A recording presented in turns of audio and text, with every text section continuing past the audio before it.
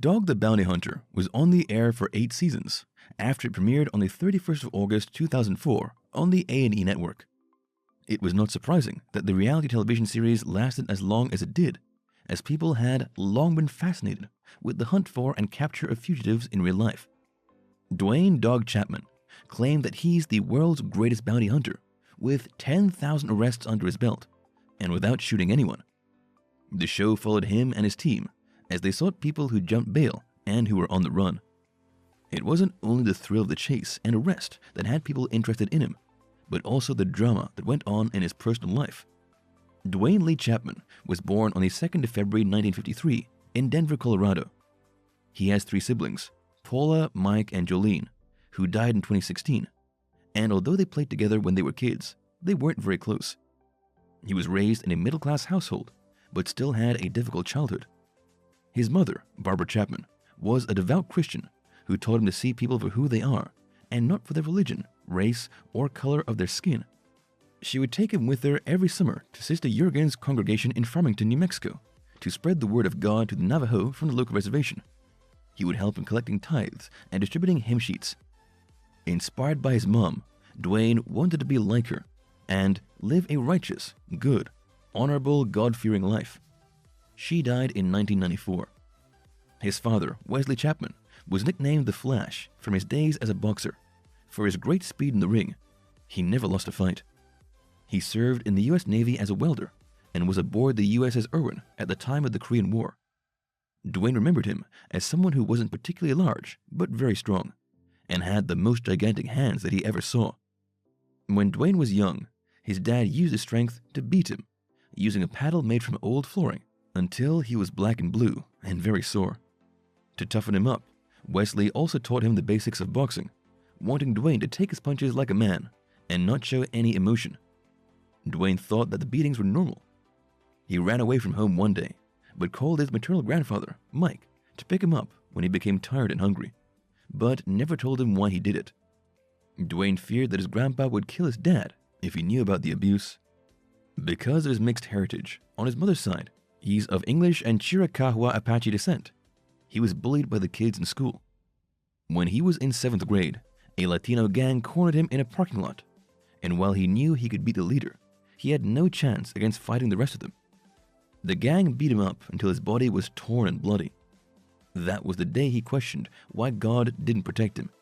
It didn't help that when he went straight to school and reported what happened to the vice principal, who didn't believe him, despite the evidence right in front of him. When his gym class teacher noticed bruises on his body, which were from his father's beatings, his father was called to the school office.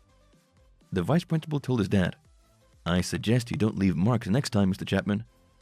His father beat Duane extra hard for ratting on him, even if the teacher only guessed the truth. After that, Duane dropped out of school.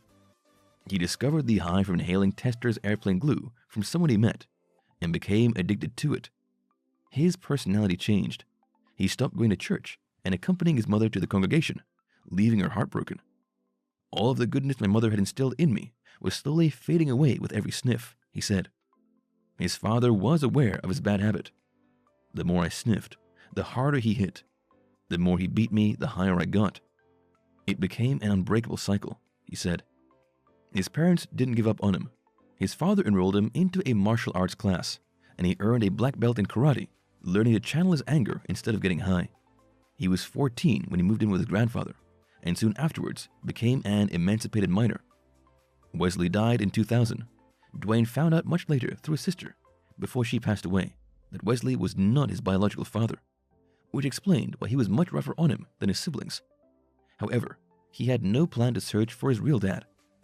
Age 15, he joined the Phoenix, Arizona chapter of the Devil's Disciples Motorcycle Club and loved the brotherhood and camaraderie. They thought he was 19 because he had a fake ID, and Duane was worried about being caught in his lie because being underage could land the MC in jail for contributing to the delinquency of a minor.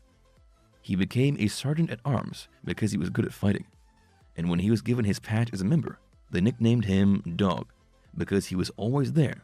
He was man's best friend, and he talked about God so much that they called him God spelled backwards. While riding with them, he said that he still had a conscience, to the point that he refused to join them when they robbed houses while the owners were at church. Conversely, it was said that Duane was arrested 18 times for armed robbery. In 1976, Duane was waiting inside a car while his brother from the MC was buying drugs, but it ended with his brother shooting the dealer. He called 911 to report the crime, thinking that the call wouldn't be traced. However, he didn't properly hang up the phone, and when he started telling his first wife, LaFonda, what happened, the police heard everything.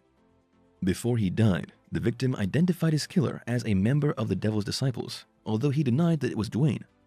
However, in Texas, Duane was convicted of first-degree murder for being an accomplice, and in 1977 was sentenced to 5 years prison at the state penitentiary.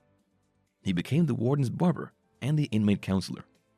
One time, the mom of a fellow inmate called Bigfoot died, and he was taken to the hole to stay for 48 hours for protection of everyone while he mourned his mother's death. As he was being taken to the hole, which was outside the prison gate opposite the barber shop, he made a run for it. As Duane saw that the guards were preparing to shoot the guy, he started running after him and tackled him to the ground. The lieutenant, whom Duane said was the meanest cop in the world, threw the handcuffs on the ground and told Duane, "Hook him up, bounty hunter." Everyone then started calling him that. The idea of being a bounty hunter interested him, as he'd grown up watching The Lone Ranger and Wanted, Dead or Alive. After that, the warden informed him that he would be transferred to another jail because the inmates might kill him for what he did. However, his intention to keep Bigfoot from being shot was recognized, so no harm came to him, and there was no need to transfer him. Later, he was put in the hole because the warden thought Duane was lying to him about why he went to jail. When his story was verified, he was released after 18 months with a $200 check in his pocket. When Duane went back to Denver, being an ex-convict posed a problem for him, as he couldn't get a driver's license, rent an apartment, or get a job. He then went to the post office, got the list of the top 10 fugitives, and 2 weeks later arrested one of them, pocketing the $10,000 reward. Back then, he didn't need a license for bounty hunting. He just did it. He bought a badge from the police supply store, and when he was asked what his ID number was, he gave his prison number. To this day, it's still his badge number. In the course of his work, he would meet FBI agents, and one of them told him that Tony Robbins, a motivational speaker, author, and philanthropist, wanted to meet him because of his life story. Duane felt empowered by Tony and was asked to speak at his convention in the early 1980s. After that, he worked for Tony until 1997 as a guest speaker at his conventions and also attended his seminars. He became a living example of how one could turn his life around, despite the bad things that had happened in his life. From 1988, he would go back and forth between Hawaii and Denver. Duane and his fifth wife, Beth, owned Dakine bail bonds in Honolulu, and Beth owned several more bail companies in Colorado. The actor Martin Sheen, whom Duane met through Tony Robbins, told him that he should be on TV, so he went to reality stars Ozzy and Sharon Osbourne. Sharon was very accommodating and talked to Beth about how to go about it. They started appearing on various TV shows, while Duane was on the news a lot anyway, because of capturing many fugitives in Colorado. He appeared on A&E Network's Take This Job, which was about people with unusual careers. At the time, he was chasing a fugitive, and the film crew captured the arrest on camera.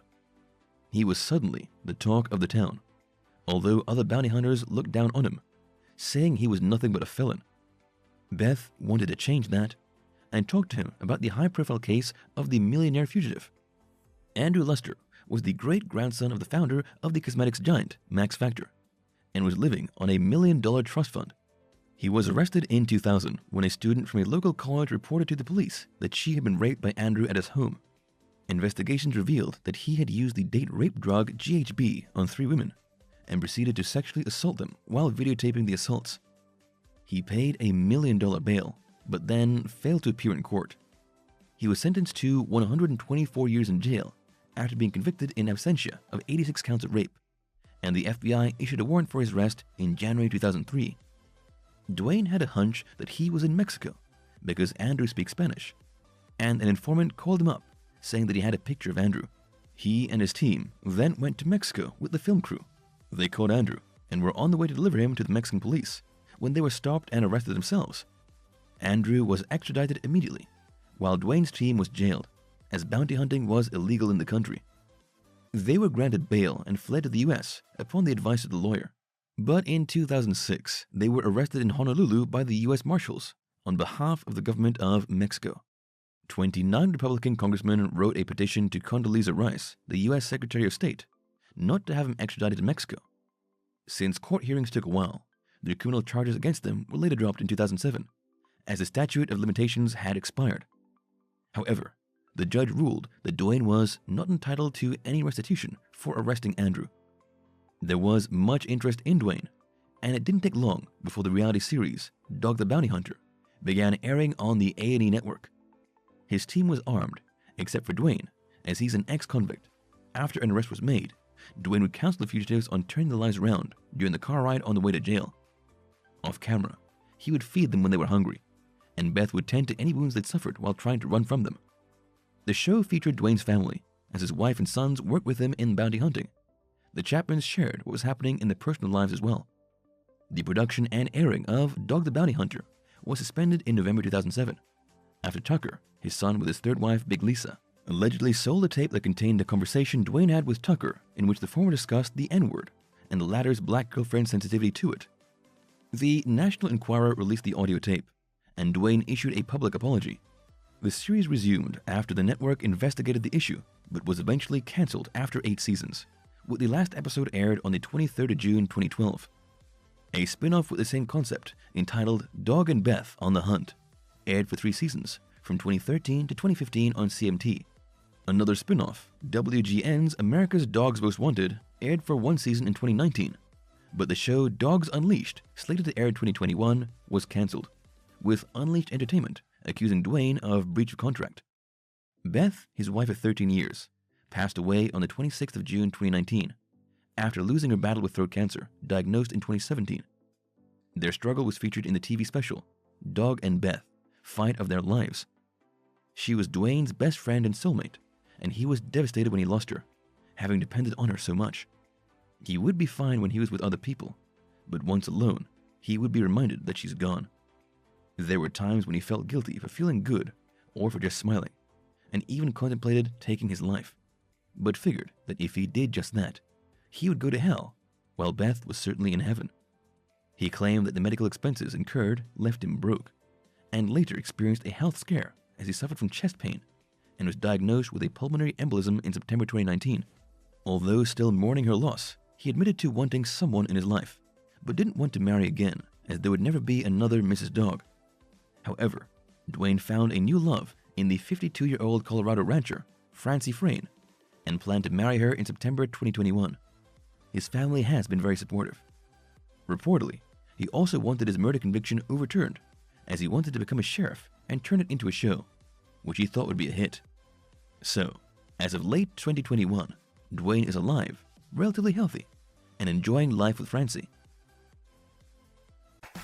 Thank you for spending some time with us. Make sure to like and subscribe so you never miss another video. We also handpick these videos which we recommend you watch next. You can talk to us on all social medias or ask a question in the comments below. Thank you for being with us, and we'll see you back tomorrow.